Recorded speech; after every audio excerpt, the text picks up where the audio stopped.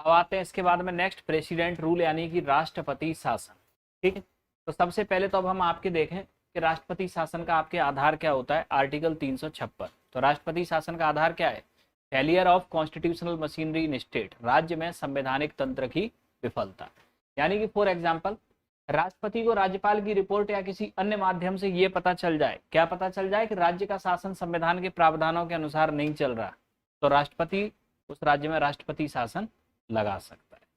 ठीक है, तो अगर स्टेट में कॉन्स्टिट्यूशनल मशीनरी फेल हो जाए तो इस आधार पर उस स्टेट में राष्ट्रपति शासन की घोषणा की जा सकती है, ये ध्यान रखना। तो ये है आपके क्या आर्टिकल 356। ठीक है, अब नेक्स्ट, अब आर्टिकल 365। मान लो केंद्र सरकार ने आपके कोई निर्देश दिया राज्य सरकार को, और राज्य सरकार अगर उस निर्देश को नहीं मानती है तो इसे भी राज्य में संवैधानिक तंत्र की विफलता माना जाएगा। इस आधार पर भी आपके राष्ट्रपति शासन की घोषणा की जा सकती है, ये ध्यान रखना। अब प्रेसिडेंट रूल में नेक्स्ट आगे याद रखना, तो प्रेसिडेंट रूल को डिक्लेयर कौन करेगा? आपके राष्ट्रपति। ठीक, तो राज्य में संवैधानिक तंत्र की विफलता के आधार पर राष्ट्रपति उस राज्य में प्रेसिडेंट रूल की आपकी घोषणा कर देगा। अब अगर राष्ट्रपति की ये घोषणा 2 महीने के अंदर संसद से साधारण बहुमत से पास हो गई तो ये घोषणा 6 महीने के लिए उस राज्य में क्या हो जाएगी? प्रभावी हो जाएगी। ठीक है, फिर अगले 6 महीने बाद भी अगर संसद ने ये घोषणा पास कर दी तो फिर अगले 6 महीने के लिए पास हो गई। इस तरह से 1 साल हो गया टर्म पूरा। तो आर्टिकल 356 के अकॉर्डिंग प्रेसिडेंट आपके संबंधित राज्य में प्रेसिडेंट रूल की घोषणा करेगा। अगर उसकी ये घोषणा 2 महीने के अंदर संसद से साधारण बहुमत से पारित हो गई तो अगले 6 महीने के लिए प्रभावी हो जाएगी, और 6 महीने बाद फिर अगर पारित हो गई तो फिर अगले 6 महीने के लिए प्रभावी हो जाएगी। तो 1 साल तो ये निकल गया। ठीक है, तो देखना, अब 1 साल से ज्यादा किसी भी राज्य में प्रेसिडेंट रूल तभी लगेगा जब आपके 2 में से कंडीशन ये पूरी हो रही हो, 2 में से कोई भी एक पूरी हो जाए। पहला, या तो उस राज्य में नेशनल इमरजेंसी लगी हो आर्टिकल 352 के तहत।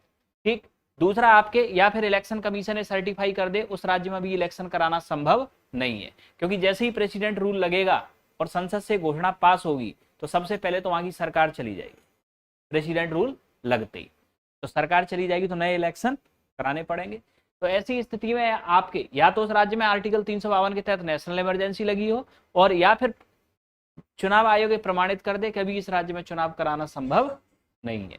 तो ऐसी स्थिति में आपके ये नेशनल इमरजेंसी 1 साल से, प्रेसिडेंट जो रूल है उसको 1 साल से आगे कंटिन्यू किया जा सकता है, लेकिन ऐसा जो आपके मैक्सिमम हो सकता है वो कितने साल तक?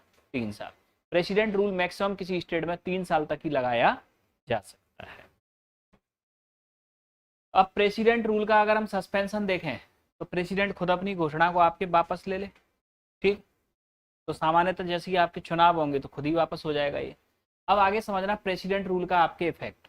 तो प्रेसिडेंट रूल जब भी लगाया जाएगा राज्य में तो उस राज्य की लेजिस्लेटिव, एग्जीक्यूटिव, फाइनेंशियल पावर कहाँ चली गई? सेंटर। ठीक है, तो सेंटर का रिप्रेजेंटेटिव स्टेट में कौन होता है? गवर्नर। ये यूज करेगा इन पावर्स को। दूसरा, राष्ट्रपति शासन के दौरान राज्य की विधानसभा को भंग तो किया जा सकता है, लेकिन ऐसा तभी होगा जब राष्ट्रपति शासन की घोषणा संसद ने पास कर दी हो। जब तक संसद ने पास नहीं किया तब तक विधानसभा भंग। अब नेक्स्ट याद रखना, अब प्रेसिडेंट रूल, तो प्रेसिडेंट रूल के दौरान आपके फंडामेंटल राइट में आपके कोई छेड़छाड़ नहीं हो सकती, ऐसे कैसे ही रहेंगे। ठीक है, दूसरा, प्रेसिडेंट रूल में आपके हाईकोर्ट की पावर्स को आपके प्रभावित नहीं किया जा सकता।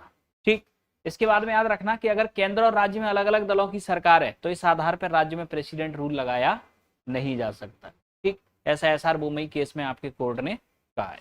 ठीक, ध्यान रखना है, यानी केंद्र में बीजेपी के, राज्य में कांग्रेस की है तो बीजेपी इस आधार पर नहीं लगाई प्रेसिडेंट रूल के, राज्य में आपके कांग्रेस की सरकार है, क्योंकि ऐसा पहले आपके हो चुका था।